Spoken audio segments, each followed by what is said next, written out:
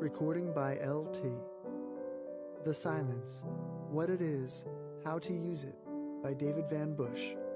Section 9. How to Have More. I am unselfish in action, being, and motive. The science of psychology as applied to everyday life is, strictly speaking, a new science. It is a matter of thousands of people in the world all of a sudden coming into contact with certain laws which make them successful, healthy, and prosperous. It is quite natural because man is interested more in himself than in anyone else that, when he finds these laws may be applied to give him more abundance, the tendency may be to use these laws for selfish purposes. Nothing could be more unpsychological. The laws should be used for the individual but should not stop there. Each individual who is profiting by the operation of the laws or understanding of psychology ought not only to get everything himself that psychology can give him, but he should pass these on to others. He should tell others about it. He should cry it from the housetops and megaphone it from the street corners. He should not want to get everything himself, but wish the same that he has to everyone else. By doing this, the law will rebound, and instead of having less, he will have still more than he could have, were he thinking about the laws for himself alone. The human race is made up of a whole lot of selfishness, and the man or the woman who hopes to get the most out of life and out of psychology must learn at the very beginning of his or her understanding of the laws. Then only will the best come to those who are absolutely unselfish.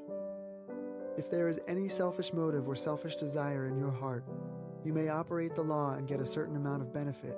Nay, you may even become rich by it and have great power, but it should not end there.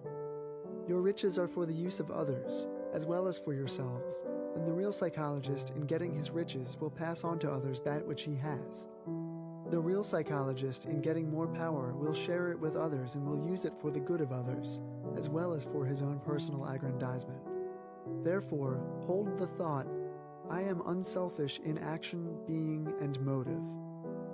Many a person never will get the demonstrations he wants, because the channel of abundance and prosperity, happiness and joy is clogged up with his own selfish attitude.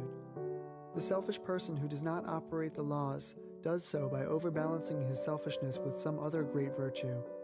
But when he is extremely selfish, he may never have demonstrations as he wants. He may not have enough other virtues to outweigh his selfishness.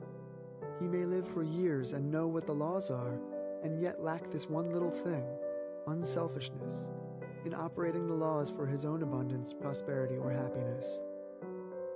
If you are not having the demonstrations you want, it is because there is a kink in the mind somewhere. The kink may be selfishness, or it may be pride, haughtiness, duplicity, dishonesty, hatred, envy, or jealousy. This time we are going to hold the thought, I am unselfish in action, being, and motive, and each time we go into the silence, this unselfish spirit shall be the guiding star of our thoughts. It will be the personal touch with the infinite spirit itself. The beginning of life's happiness, as well as the end thereof, is the spirit of unselfishness. I am unselfish in action, being, and motive. End of section 9.